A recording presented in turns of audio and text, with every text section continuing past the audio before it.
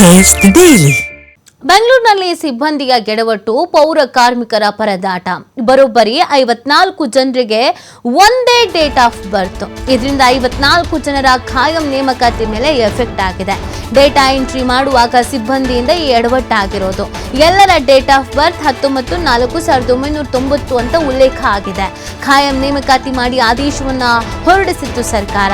ಆದರೆ ದಾಖಲೆಗಳಿಗೆ ತಾಳೆ ಆಗ್ತಿಲ್ಲ ಅಂತ ಪದೇ ಪದೇ ಅರ್ಜಿ ರಿಜೆಕ್ಟ್ ಆಗ್ತಾನೆ ಇತ್ತು. ಬೆಂಗಳೂರು ಪಶ್ಚಿಮ ವ್ಯಾಪ್ತಿ ಕೆಪಿ ಅಗ್ರಹಾರ ವಾರ್ಡ್ನಲ್ಲಿ ಈ ಥರದೊಂದು ಸಮಸ್ಯೆ ಆಗಿರೋದು. ಖಾಯಂ ನೇಮಕಾತಿ ಮಾಡಿ ಆದೇಶವನ್ನು ಹೊರಡಿಸಿತ್ತು ಸರ್ಕಾರ. ಆದರೆ ದಾಖಲೆಗಳಿಗೆ ಇದ್ಯಾಕೋ ಹೊಂದಾಣಿಕೆನೇ ಆಗ್ತಾ ಇಲ್ಲ, ತಾಳೆನೇ ಆಗ್ತಾ ಇಲ್ಲ ಅಂತ ಪದೇ ಪದೇ ರಿಜೆಕ್ಟ್ ಆಗಿದೆ. ಬೆಂಗಳೂರು ಪಶ್ಚಿಮ ವ್ಯಾಪ್ತಿ ಕೆಪಿ ಅಗ್ರಹಾರ ವಾರ್ಡ್ನಲ್ಲಿ ಈ ಥರ ಸಮಸ್ಯೆ ಆಗಿರೋದು. ಇದು ಸಿಬ್ಬಂದಿಯ ಎಡವಟ್ಟು. ಪಾಪ ಪೌರ ಕಾರ್ಮಿಕರು ಪರದಾಡಬೇಕಾದಂಥ ಪರಿಸ್ಥಿತಿ. ಒಟ್ಟು 54 ಜನರಿಗೆ ಒಂದೇ ಡೇಟ್ ಆಫ್ ಬರ್ತ್ ಕೊಟ್ಬಿಟ್ಟಾರಂತೆ. ಇದರಿಂದ 54 ಜನರ ಖಾಯಂ ನೇಮಕಾತಿ ಮೇಲೆ ತೀವ್ರ ರೀತಿಯಾದಂಥ ಎಫೆಕ್ಟ್ ಆಗಿದೆ. ಡೇಟಾ ಎಂಟ್ರಿ ಮಾಡುವಾಗ ಸಿಬ್ಬಂದಿಯಿಂದ ಈ ಎಡವಟ್ಟಾಗಿರೋದು. ಎಲ್ಲರೂ ಡೇಟ್ ಆಫ್ ಬರ್ತೂ ಒಂದೇ ಥರ ಉಲ್ಲೇಖ ಮಾಡಿಬಿಟ್ಟಿದ್ದಾರೆ. ಇದರಿಂದ ಪಾಪ ನೋಡಿ, ಇವ್ರು ಏನು ತಪ್ಪೇ ಮಾಡ್ದೇನೆ ಈಗ ಸಮಸ್ಯೆಯನ್ನು ಎದುರಿಸ್ಕೊಳ್ಬೇಕಾಗುವಂಥ ಪರಿಸ್ಥಿತಿ ನಿರ್ಮಾಣ ಆಗಿರುವಂಥದ್ದು.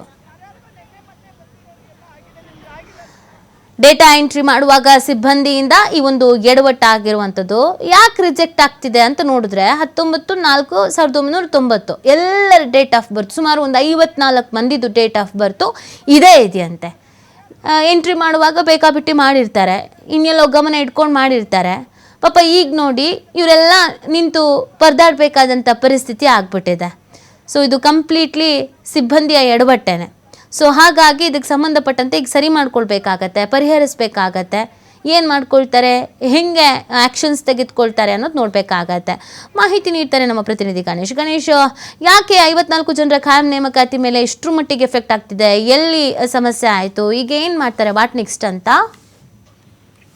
ನೀತಿ ಮುಖ್ಯವಾಗಿ ಬಿಬಿಎಂಪಿ ಹಿಂದೆ ಬೃಹತ್ ಬೆಂಗಳೂರು ಮಹಾನಗರ ಪಾಲಿಕೆ ಇದ್ದ ಸಂದರ್ಭದಲ್ಲಿ ನೇಮಕವಾಗಬೇಕಾದಂತ 54 ಪೌರ ಕಾರ್ಮಿಕರು ಇರ್ತಾರೆ. ಅಂದ್ರೆ ಸ್ವಚ್ಛತೆ, ನಗರದ ಸ್ವಚ್ಛತೆಯನ್ನು ಕಾಪಾಡುವಂತಹ ಪೌರ ಕಾರ್ಮಿಕರಿಗೆ ಒಂದು ರೀತಿಯಲ್ಲಿ ಕೆಲಸವನ್ನು ಕಾಯಂಗೊಳಿಸುವಂತಹ ಪ್ರಕ್ರಿಯೆ ಸರ್ಕಾರ ಆದೇಶ ಮಾಡಿದ್ರು ಕೂಡ ಇವರಿಂದ ಈ ಒಂದು ಅಧಿಕಾರಿಗಳ ಎಡವಟ್ಟಿನಿಂದ ಅಥವಾ ಸಿಬ್ಬಂದಿಗಳ ಎಡವಟ್ಟಿನಿಂದ ಅವರಿಗೆ ಕಾಯಮತಿ ಆಗಿರಲಿಲ್ಲ. ಕಾರಣ ಏನಂತಂದ್ರೆ ಈ ಒಂದು ಡೇಟಾ ಎಂಟ್ರಿ ಮಾಡುವಾಗ ಸಿಬ್ಬಂದಿಗಳ ಎಡವಟ್ಟಿನಿಂದಾಗಿ 54 ಮಂದಿಗೆ ಒಂದೇ ಜನ್ಮ ದಿನಾಂಕವನ್ನ ನೀಡಲಾಗಿತ್ತು. ಆ ಒಂದು ಅಪ್ಲಿಕೇಶನ್ ಅಲ್ಲಿ 54 ಮಂದಿಯ ಜನ್ಮ ದಿನಾಂಕ ಒಂದೇ ಇತ್ತು. ಇದು ಈ ಒಂದು ಡೌಟ್ ಇರೋ ಹಿನ್ನೆಲೆಯಲ್ಲಿ ಸರ್ಕಾರ ಸಂಬಂಧಪಟ್ಟಂತಹ ಹಿರಿಯ ಅಧಿಕಾರಿಗಳು ಇದಕ್ಕೆ ತಡೆಯನ್ನ ನೀಡಿದ್ರು. ಆದ್ರೆ ಎಲ್ಲಿ ಕರೆಕ್ಷನ್ ಆಗಿದೆ, ಏನಾಗಿದೆ ಅನ್ನುವಂತಹ ಒಂದು ಪರಿಶೀಲನಾ ಕಾರ್ಯವನ್ನ ಮೇಲಧಿಕಾರಿಗಳು ಕೂಡ ಮಾಡಿರ್ಲಿಲ್ಲ. ಹಾಗೇನೆ ಸಂಬಂಧಪಟ್ಟವರು ಕೂಡ ಅದಕ್ಕೆ ಕ್ರಮವನ್ನು ವಹಿಸಿರಲಿಲ್ಲ. ಈಗ ನಾವು TV5 ಕನ್ನಡ ಸುದ್ದಿ ಮಾಡ್ತಾ ಇದ್ದಂತಾನೆ ಗ್ರೇಟರ್ ಬೆಂಗಳೂರು ಪ್ರಾಧಿಕಾರದ